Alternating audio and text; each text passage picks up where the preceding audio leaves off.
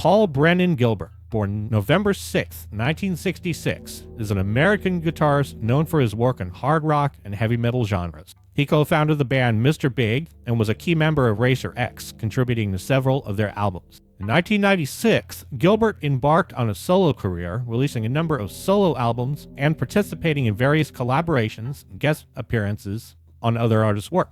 His prowess with the guitar has not gone unrecognized in the music industry. Something that guitarists fear. Everybody's yelling at me, man. What am I gonna do? I have the power though, because I am louder than you.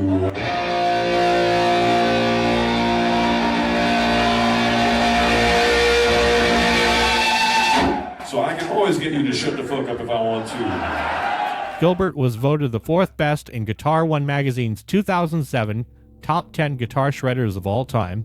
He has also appeared on Guitar World's 2008 list of 50 fastest guitarists of all time. These accolades reflect his significant impact and skill as a guitarist. Paul Gilbert's journey into the world of rock began in the quiet Pittsburgh suburb of Greensburg, Pennsylvania.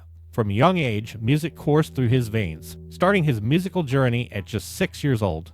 By the time he was 15, he wasn't just playing music, but living it, touring local clubs with his band Tau Zero and catching the eye of industry insiders, even featuring in Guitar Player magazine alongside another rising star, Yngwie Malmsteen. But Paul's ambitions stretched beyond the local stages. In 1981, still just a teenager, he reached out to Mike Varney, the founder of Shrapnel Records, with a bold request, a gig playing for none other than Ozzy Osbourne. But Varney was skeptical at first. What could a 15-year-old possibly offer a rock legend like Osbourne? However, upon hearing Ozzy's demo tape, Varney's skepticism turned to surprise.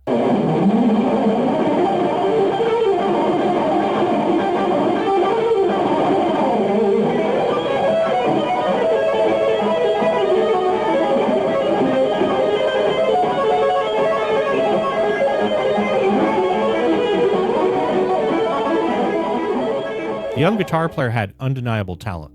Over the next 3 years, their conversation continued, leading Paul to make a life-changing decision in 1984. He moved across the country to Los Angeles to attend the Guitar Institute of Technology. There, his reputation soared.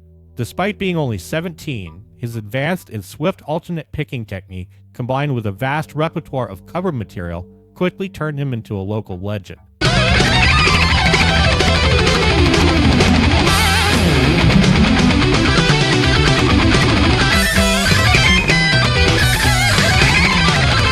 By 1985, Gilbert wasn't just a student, but a teacher at GIT, shaping the next generation of guitar players. In the bustling music scene of LA in 1985, a new band named Racer X was taking shape, bringing together Paul Gilbert on lead guitar, Juan Alderete on bass, Harry Gosher on drums, and Jeff Martin on the vocals. Inspired by the metal giant Judas Priest, the band infused their music with a similar intensity and flair. Paul Gilbert's guitar playing, echoing the virtuosic style of Yngwie Malmsteen, became a central element of their sound, featuring rapid, technically demanding solos that captivated anybody who listened. The band saw a pivotal change in '86 when Scott Travis, who would later join Judas Priest, replaced Gosher on the drums. Around the same time, Bruce Boyer, a standout student of Gilbert's from GIT, joined as the second guitar player.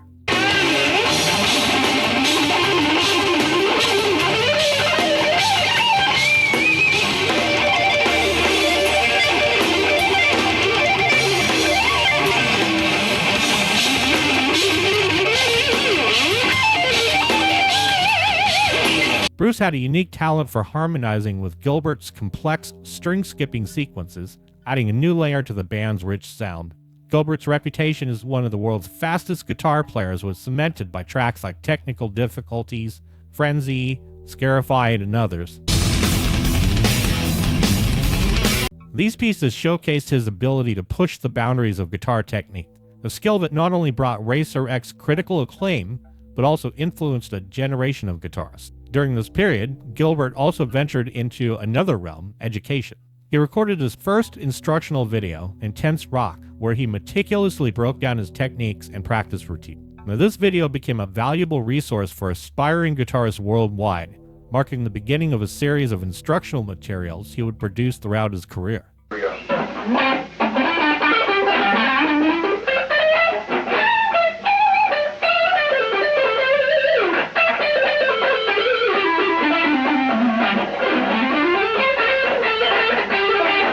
These videos not only enhanced his status as a guitar player, but also established him as a mentor in the global guitar community. As Racer X carved their path throughout the American Southwest, primarily electrifying the state of California, they found themselves playing to packed houses, filling 1,000-seat venues with ease. However, despite their dedicated fan base, the allure of a major label deal remained just out of reach, and Paul Gilbert's enthusiasm was beginning to wane by this time.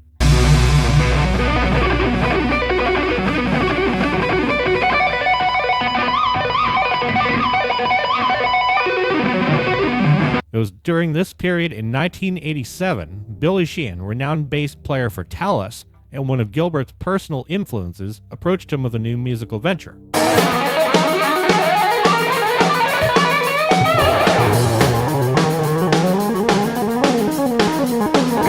And this collaboration sparked the birth of Mr. Big.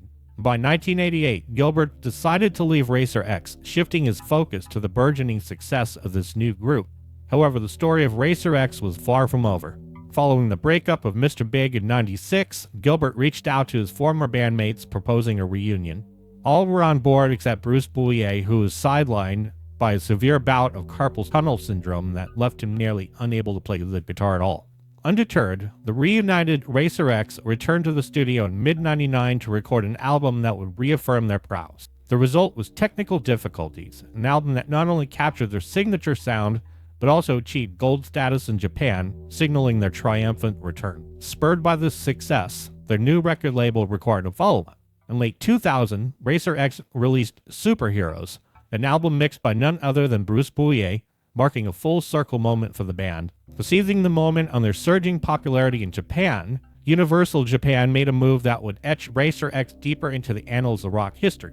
They requested a live album CD and DVD performance, and on May 25, 2001, stage was set at the world-famous Whiskey A Go-Go in LA.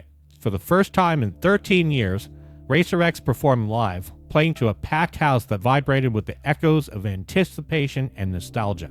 The show was immortalized in the release Snowball of Doom in 2002, capturing a night where the past and the present collided in the spectacle of rock prowess. Riding the wave of Superheroes and Snowball of Doom, January 2002 saw Racer X embark on a tour across Japan and Taiwan, donning their superheroes costumes as if stepping out of a comic book into the real world. The grand finale of this tour took place in Yokohama, where the band's performance was captured in a raw, unfiltered format, recorded hastily in just 2 tracks on the soundboard.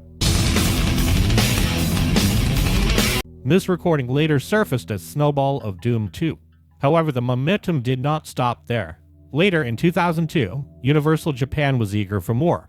In an unusual setting for a rock album, all 4 members of Racer X congregated at Gilbert's house in Vegas. There they recorded Getting Heavier, an album that, while successful in Japan, stirred mixed feelings among fans. Some felt its lighter tracks veered too closely to Paul Gilbert's solo work, straying from the heavier roots that defined Racer X. In a reunion of sorts, Racer X took the stage at the 2009 NAMM show held at Anaheim Convention Center. The lineup that night was a roll call of rock veterans: Paul Gilbert, Scott Travis, Jeff Martin, and John Alderette, with Andy Timmons and his band warming up the crowd, followed by a solo set from Gilbert. The stage was definitely set for a memorable performance. As Racer X unleashed their signature sound, it was clear that despite the ebbs and flows of their career, their music had endured, powerful and unapologetic. When Billy Sheehan parted ways with David Lee Roth's solo band in 1988, it wasn't just an exit, it was actually the beginning of something new. Alongside Paul Gilbert, he co-founded Mr. Big, a band that would soon include Pat Torpey on the drums and Eric Martin on the vocals.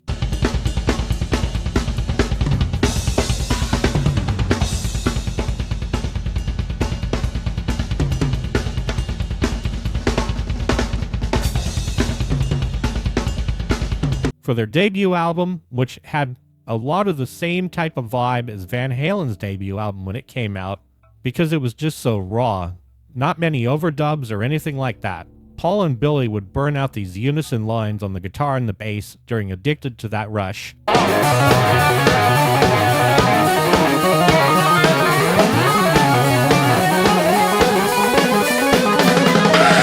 And people just really were not quite ready for what Paul Gilbert was actually ready to unleash, because you got to figure the very first album from Mr. Big actually was commercially released on a major label, And so now people were exposed to the string skipping and all this insanity going on, coupled with what Billy and Paul would do together in unison, and it was just a totally new sound.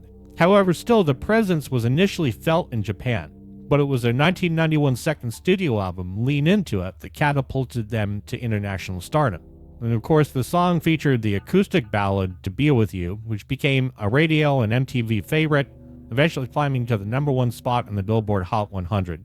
The only problem is, kind of like with Extreme More Than Words, that song wasn't completely representative of how the band actually sounded. But the teeny boppers loved it, and that's all you could really ask for in the end.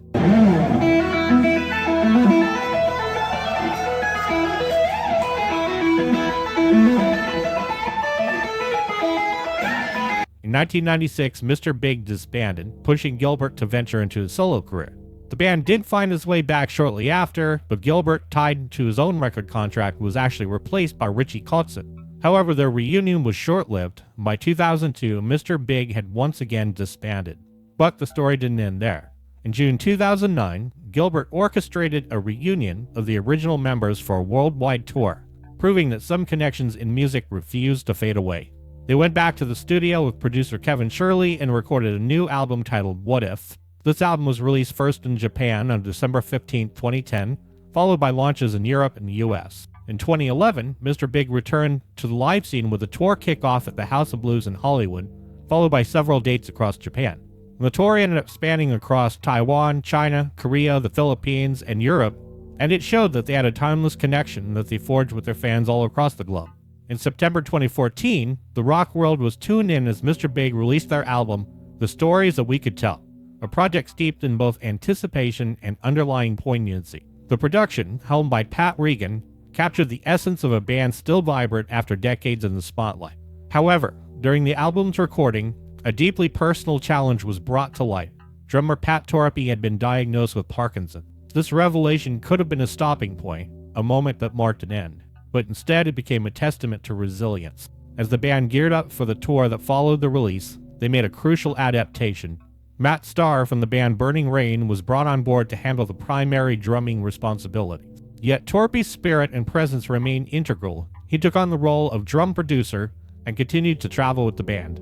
On stage, he was there, playing hand percussion, lending his voice for backup vocals, and sitting behind the drum kit for a few tracks each show. On July 7th, 2017, Mr. Big released their 9th studio album, Defying Gravity, marking a poignant milestone in the band's journey. It was the last album to feature Pat Torpey's drumming alongside the debut of Matt Starr's contributions. The record encapsulated a blend of old and new, a symbol of transition for the band.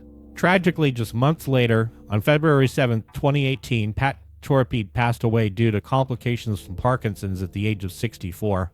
His final performance had been at the Wolfram Hall in Wolverhampton on November 23, 2017, an evening charged with emotion, unknowingly the last chapter of his live performances. The band and its community felt the weight of his passing profoundly. On May 23, 2018, they gathered at the Canyon in Agoura Hills, California for a memorial show, a night of remembrance and tribute. The event saw the return of former band member Richie Kotzen as a special guest, and the all-star finale performance of To Be With You, featuring a lineup of notable musicians including Matt Sorum, Dave Amato, and Jeff Scott Soto, among others, all coming together to honor Torpey's legacy. Later that year, in an interview, singer Eric Martin shared insights into the band's future.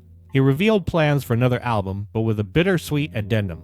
The band, feeling the void left by Torpey, would disband after their 2019 tour commitment. This decision underscored the profound impact Torpey had on Mr. Big, not just as a musician, but as an irreplaceable part of their collective spirit. In the panorama of rock music, tribute bands often have a delicate thread, bridging nostalgia with fresh energy. Paul Gilbert, known for his virtuosic guitar skills, found a unique avenue to explore his diverse musical influences through various tribute projects. In May 2003, he aligned with Mike Portnoy, Neil Morse, and Matt Bissonette to form the Yellow Matter Custard, a Beatles cover band drawing its quirky name from the surreal lyrics of I Am the Walrus. This project, appealing to die-hard Beatles fans, saw a revival in February 2011 for 3 shows across America, with Kazim Sultan stepping in for Bissonette due to scheduling conflicts. Gilbert's journey through the tribute scene didn't stop with the Beatles. In November 2003, he joined forces again with Portnoy, this time with Dave LaRue, who paid homage to Led Zeppelin in the tribute band Hammer of the Gods. That same year, his tour in Japan with Linus of Hollywood, T.J. Helmerich, and Scott Coogan supported his solo efforts, including albums like Burning Organ and Gilbert Hotel. The tribute narrative continued as Gilbert dove into complex musical landscapes of Rush with Cygnus and Sea of Monsters in September 2005, alongside Portnoy, Sean Malone, and Jason McMaster. By May of 2006, the canvas of the tribute expanded to The Who with the formation The Amazing Journey, featuring Portnoy, Gary Sharon from Extreme, and Billy Sheehan. This project culminated dramatically with the band, excluding Sheehan, destroying their equipment post-performance, in, of course, a nod to The Who's own legendary concert finales. In 2007, the music world buzzed with intrigue as Paul Gilbert was unveiled as a guest guitar player on Neil Morse's solo album, Sola Scriptura. Gilbert joined guitar titans Joe Satriani and John Petrucci for the 2007 G3 tour, marking its 5th run in North America and 12th globally. On January 23, 2008, Gilbert doubled down on his instrumental mastery with the release of Silence followed by a deafening roar.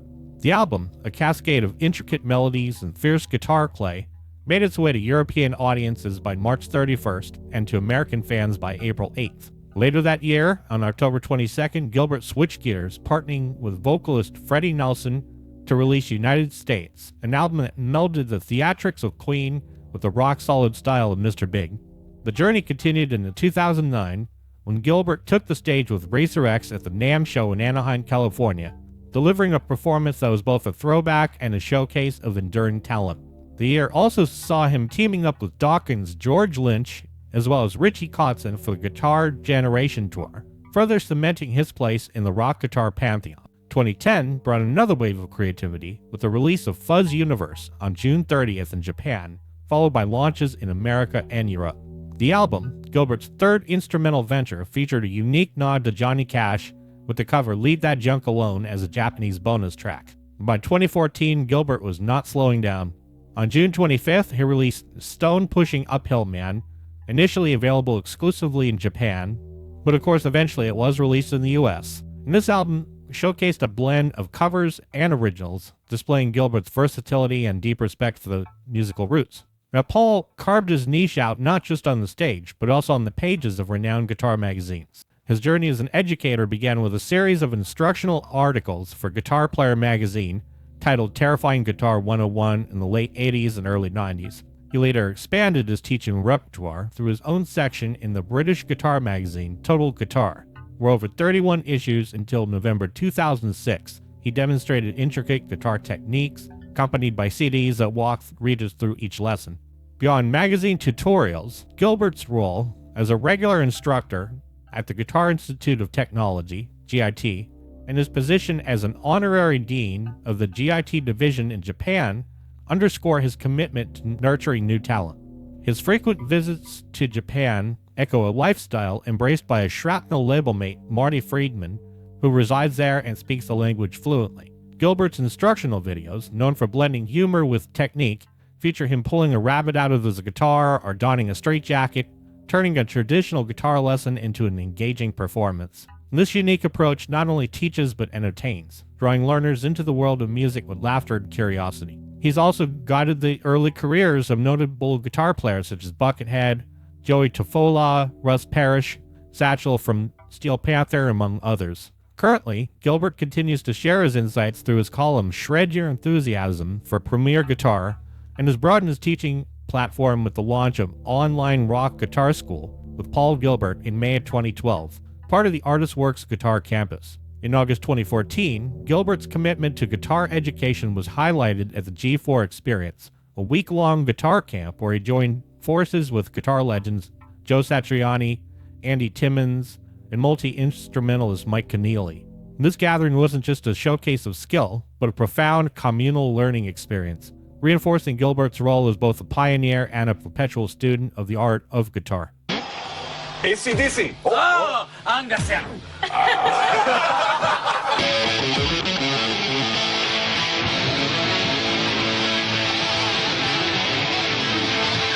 Paul Gilbert's relationship with his guitars is not just about music. It's about a fusion of function and signature style that has become an extension of the artist himself. Over the years, Gilbert has become almost synonymous with his Ibanez PGM signature series guitars, immediately recognizable by the painted-on F-holes that make each piece distinctly his. After moving away from whammy bars in the early 90s, Gilbert adapted his main guitar, the PGM 300, to include a fixed bridge, leading to the creation of the Ibanez PGM 301. But his arsenal doesn't stop there. Gilbert often plays a stickered-covered Dino, Ibanez RG 750, and has recently been seen with the Ibanez Fireman, a reversed body Iceman with modifications that he personally designed. These instruments aren't just tools, but collaborators in the creation of his own unique sound. But Gilbert's meticulous attention to detail extends beyond guitars. He has battled tinnitus, a constant reminder of years spent in the sonic blast of rock amps. In response, he not only uses Direct Sound EX29 Extreme Isolation headphones to protect his ears, but also actively shares advice on preventing hearing loss. In 2020, Gilbert's quest for the perfect sound led him to collaborate with JHS Pebbles, resulting in the PG-14, a distortion pedal that mimics tube-like warmth, further enhancing his sonic palette. The strings and picks are just as pivotal in his setup. A longtime user of Ernie Ball strings, he has experimented with everything from the featherlight 8-gauge all the way up to the robust 11-gauge, seeking the right tension that translates through the music. And he's all about the Dunlop Tortex picks. He really likes the tone and the tactile response that they provide. But when it comes down to it, Paul Gilbert is definitely one of the greatest rock guitar players out there. Whether it's on obscure stuff or playing on hits, he always has managed to bring his A game. And what's more is that he brings a sense of humility and a sense of humor to everything that he does, never taking himself too seriously, but always delivering the goods every chance that he gets. So if you like what you see here, make sure to go ahead and smack the like button. And while you're at it, hit that subscribe button and join the family. And I want to thank you so much for watching.